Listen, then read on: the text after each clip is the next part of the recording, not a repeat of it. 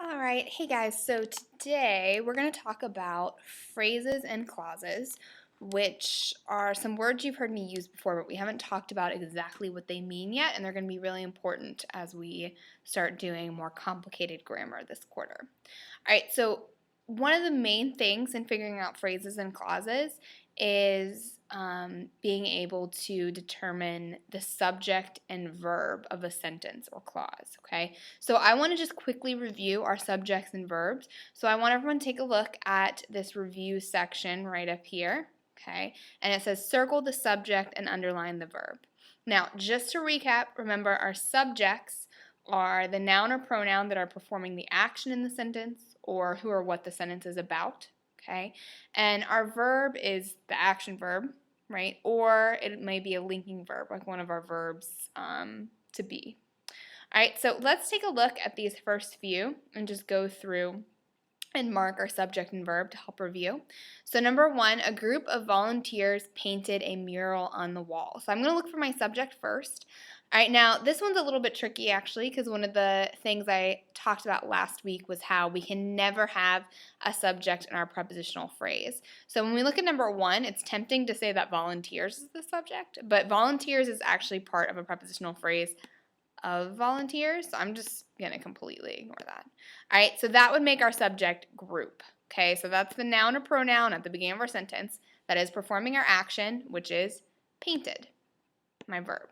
Okay, so the group is painting the mural. So we got my subject and my verb. All right, let's look at number two. Michelle felt ill after the barbecue.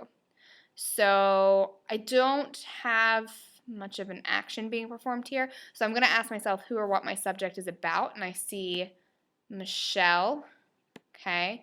And then what is she doing? What's happening with her? She felt, okay? So we have a linking verb there, felt. All right, number three, we grew pumpkins in the fall. So once again, my noun or pronoun at the beginning of the sentence that is performing my action is we, and my action they are performing is growing. All right, and number four, the veggie burger tasted scrumptious. All right, my subject is going to be who or what it's about, so that's my veggie burger. And then what it's doing, it tasted. Okay? All right, so keep that in mind because we're going to come back to subjects and verbs in a minute.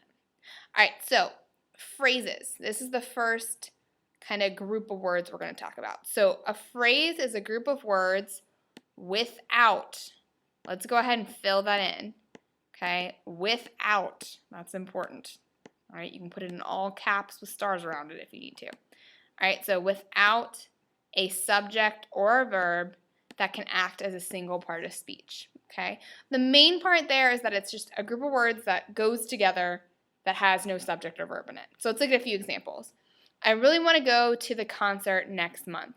So one of the types of phrases we've already learned about is a prepositional phrase, which we have one here. So let's go ahead and underline to the concert. So that's a phrase. It's a prepositional phrase. So they're words that go together. They tell us where we're going, okay? And they do not have a subject or a verb. So there's no one performing an action in there. It's just kind of a clump of words that goes together but doesn't really do anything by itself. All right, let's look at our next one. Miss Lawrence, a native of Tennessee, loves barbecue. All right, so I have another phrase in here, a native of Tennessee. So this phrase is kind of acting like an adjective. It's describing Miss Lawrence, giving us more information about her. Okay, so make sure you've underlined it. But it doesn't have a subject or a verb, so it's not its own thought by itself. Okay. Next one, we have to talk loudly or they won't hear us over the air conditioning. And we have a couple in here. So there's kind of a little verb phrase to talk loudly. I'll have to talk loudly, actually. We also have a prepositional phrase over the air conditioning.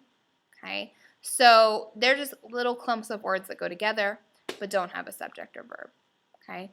All right, now clauses. Let's talk about clauses because these are the important ones. So a clause is a group of words with a subject and a verb. Okay.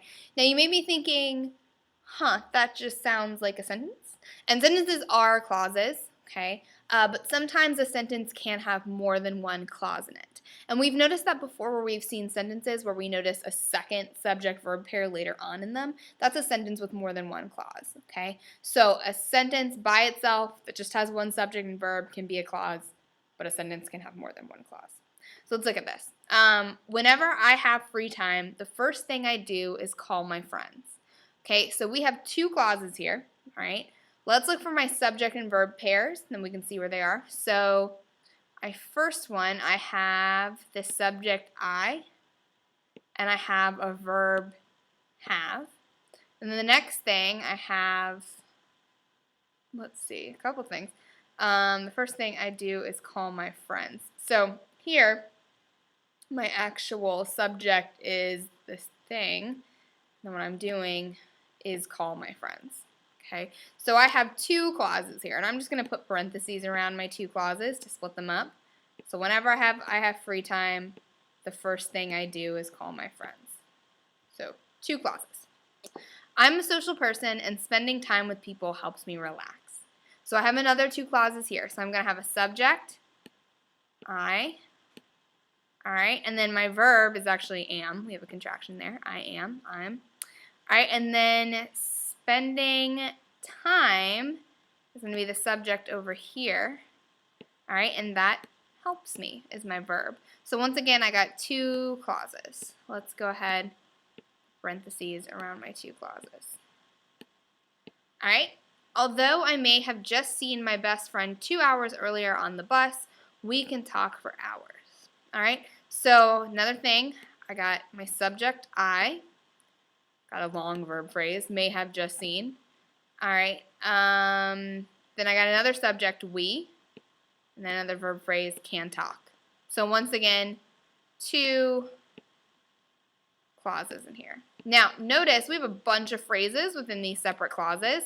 I have few prepositional phrases like on the bus, for hours, okay.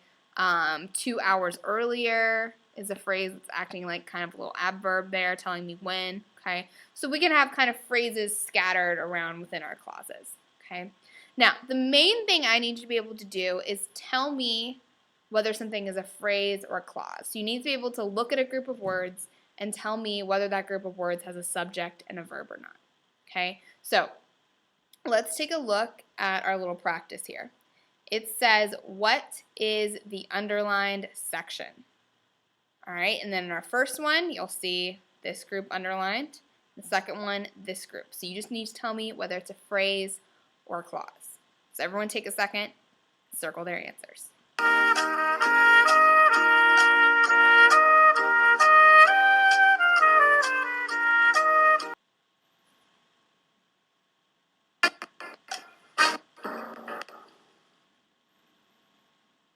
All right, so a few technical difficulties with our timer there, but hopefully you've gotten a chance to circle your answers. All right, so it says that is the opportunity of a lifetime. We should have circled for that one that of a lifetime is a phrase. It does not have a subject or a verb in it. Okay, now for my second one, the shark swims faster than any other fish in the ocean. We have the shark swims faster underlined, and we should have circled clause there.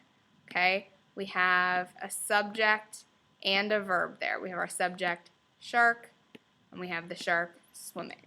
Okay, so as long as it's got a subject and a verb in it, it's a clause. It's really all you need to know from all this. All right, so go ahead and flip your paper over, okay? And what you're going to see on the back is your independent practice, which is nice and short, which I'm sure you'll appreciate. If I can get my screen to go. Oop. So many technical difficulties today. All right, so on the back, our independent practice. So same thing we just did. You'll have an underlined section of your sentence, and you just need to tell me whether it's a phrase or a clause. And you can just write P or C next to or above that underlined section. Okay.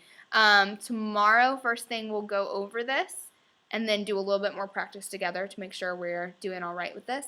But just make sure if it's got a subject and a verb, it's a clause. If it doesn't, it's a phrase. Okay? All right, so make sure you get that independent practice done. Save any questions you have for me tomorrow, and have a great night.